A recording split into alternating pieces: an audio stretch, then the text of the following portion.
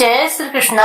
राधे राधे। आप सभी का स्वागत है हमारे YouTube चैनल पर। आज हम आप सबके लिए लेकर आए हैं पवित्र और पुण्यदायी अपरा एकादशी की व्रत कथा। धार्मिक मान्यताओं के अनुसार इस एकादशी का व्रत करने से मनुष्य के सभी पाप नष्ट होते हैं और भगवान विष्णु की विशेष कृपा प्राप्त होती है।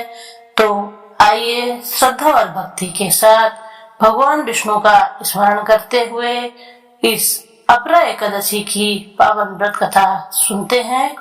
एक समय धर्मराज युधिष्ठिर ने भगवान श्री कृष्ण से पूछा, हे जनार्दन, ज्येष्ठ मास के कृष्ण पक्ष में आने वाली एकादशी का क्या नाम है, उसका क्या महत्व है, कृपा करके मुझे विस्तार से बताइए। तब भगवान श्री कृष्ण बोले, हे राजन, आपने समस्त लोगों की हित की बात पूछी है।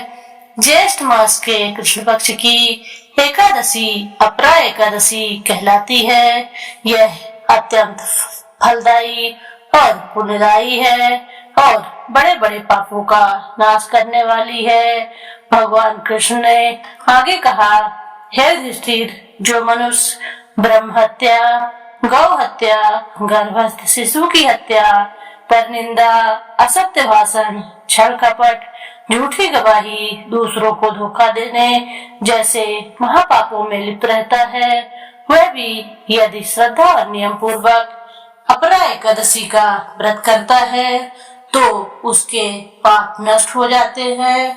जो व्यक्ति धर्म का त्याग करता है, गुरु का अपमान करता है, युद्ध भूमि से भाग जाता है और कपट पूर्वक दूसरों को कष्ट देता है, वह भी इस व्रत के प्रभाव से पाप मुक्त हो जाता है। भगवान कृष्ण बोले, हे राजन, इस व्रत का फल अत्यंत महान है। माघ मास में प्रयाग में स्नान करने से जो पुण्य मिलता है, काशी में शिवरात्रि का व्रत करने से जो फल प्राप्त होता है, गया में पिंडदान करने से जो पुण्य मिलता है, सिंह राशि में बृहस्पति के रहने पर गोदावरी में स्नान करने से जो फल मिलता है, बद्री और केदारनाथ के दर्शन से जो पुण्य प्राप्त होता है, तथा सूर्य ग्रहण के समय कुरुक्षेत्र में दान करने से जो फल मिलता है, वही फल अपरा एकादशी के व्रत से प्राप्त होता है। फिर भगवान श्री कृष्ण ने कहा, यह व्रत मनुष्य को समस्त पापों से मुक्त करके विष्णु लोक में स्थान दिलाता है। जो व्यक्ति श्रद्धा और भक्ति पूर्वक नियम पूर्वक इस व्रत का पालन करता है, वह सहस्त्र गोदान के समान पुण्य प्राप्त करता है। अपरा एकादशी के दिन प्रातः काल ब्रह्म मुहूर्त में उठकर स्नान आदि से निवृत्त होकर भगवान विष्णु का ध्यान करना चाहिए। इसके बाद व्रत का संकल्प लेकर भगवान वामन या श्री हरि विष्णु की पूजा करनी चाहिए।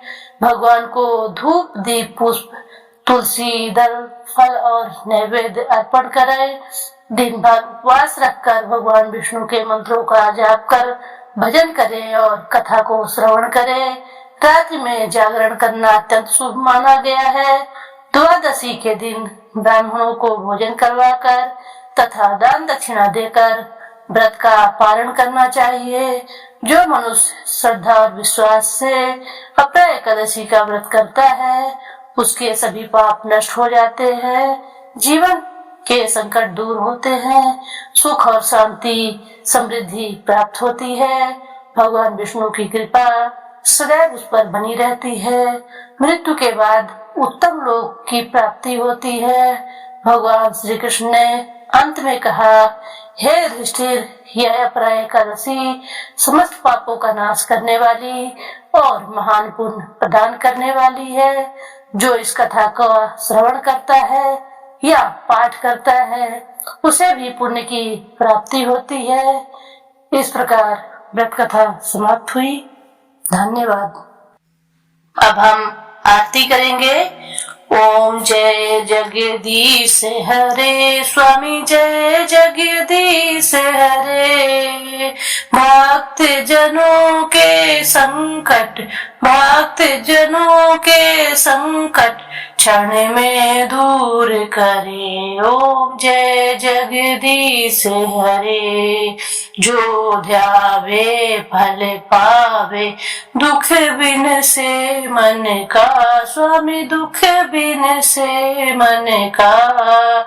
सुख संपत्ति घर आवे, सुख संपत्ति घर आवे, कष्ट बिटे तन का। ओम जय जगदीश हरे। मात पिता तुम मेरे, शरण गऊं मैं किसकी, स्वामी शरण गऊं मैं किसकी। तुम बिन और न दूजा, तुम बिन और न दूजा, आस करूं मैं जिसकी। ओम जय जगदीश हरे। तुम पूर्ण परमात्मा, तुम अंतर्यामी, स्वामी तुम अंतर्यामी। पार ब्रह्म परमेश्वर, पार ब्रह्म परमेश्वर, तुम सबके स्वामी। ओम जय जगदीश हरे। तुम करुणा के सागर, तुम पालन करता, स्वामी तुम पालन करता।